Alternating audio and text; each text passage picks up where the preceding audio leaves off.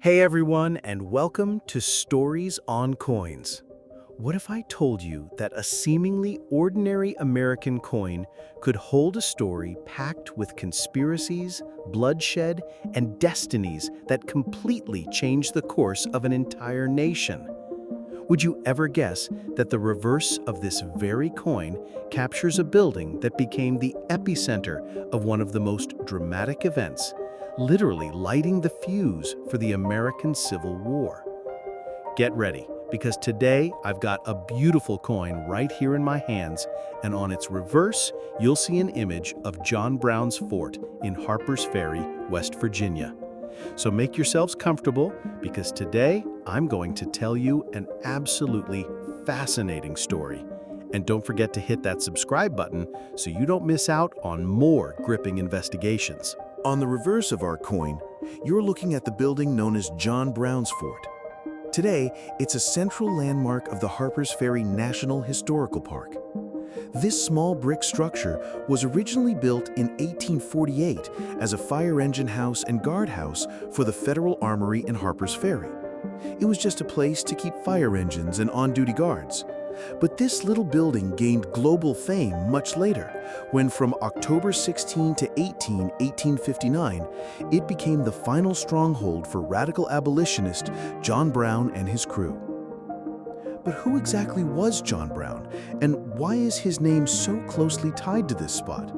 John Brown, born May 9, 1800, died December 2, 1859, was one of the first white abolitionists who fought to end slavery in America.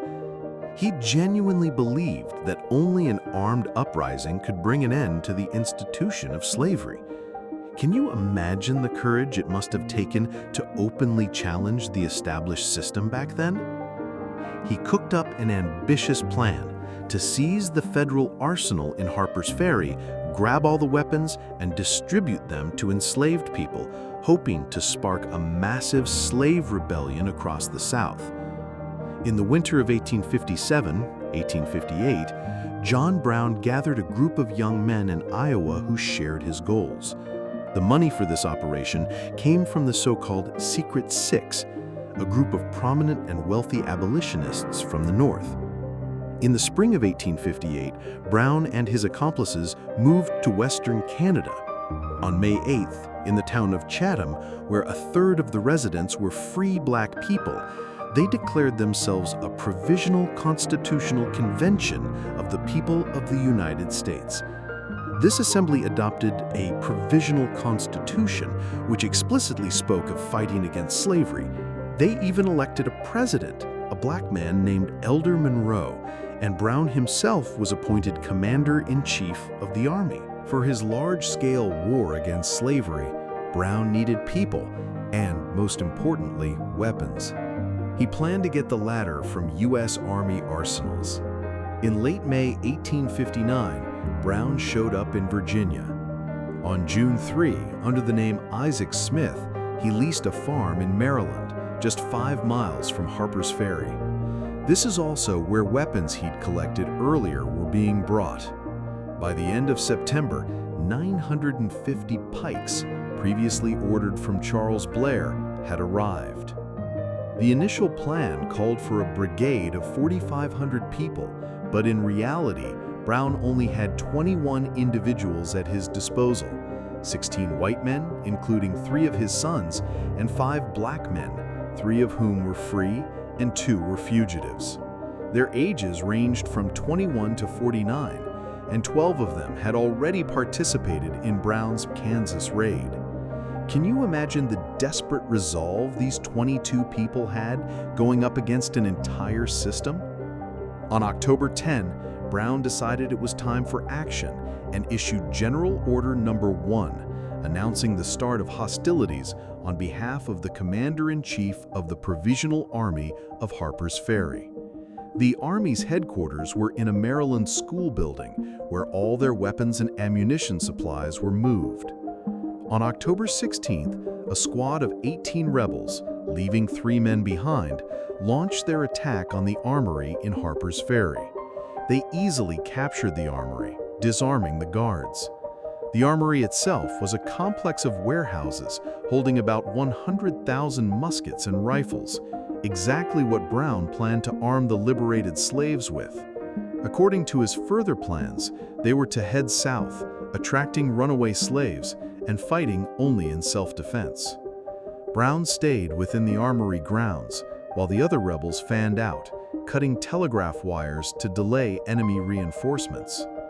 After seizing the armory, the rebels attacked 2 suburban farms, taking horses and wagons, sending the homeowners to Harper's Ferry, and giving weapons to their slaves.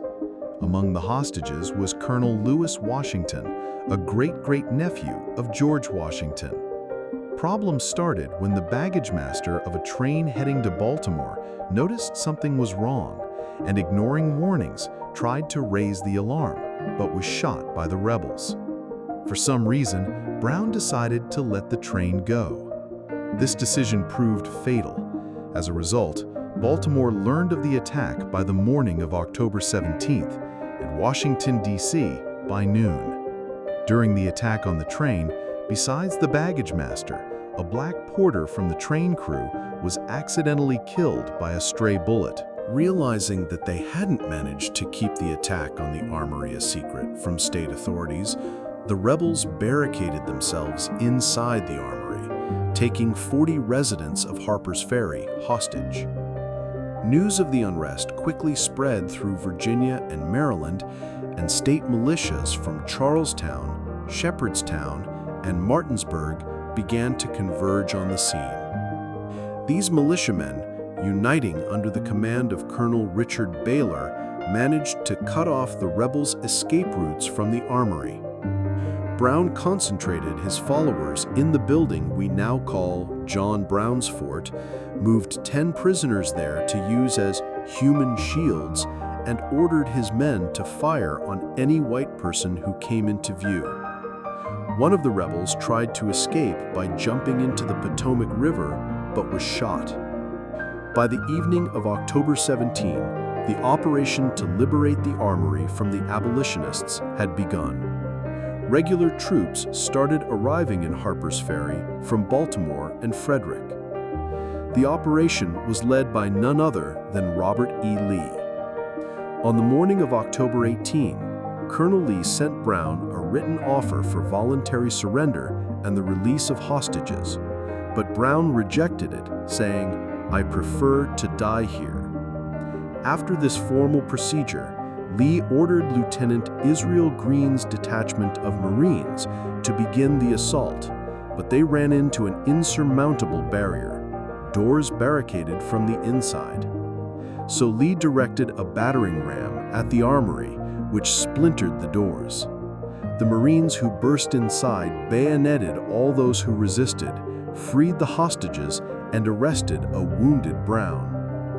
Simultaneously with the start of the assault, Lee sent Lieutenant Jeb Stuart's cavalry to the Kennedy Farm to retrieve the ammunition Brown had collected there. Brown and 7 of his supporters were handed over to the authorities of Jefferson County, Virginia. 8 white men, including 2 of Brown's sons, and 2 black rebels were killed during the assault.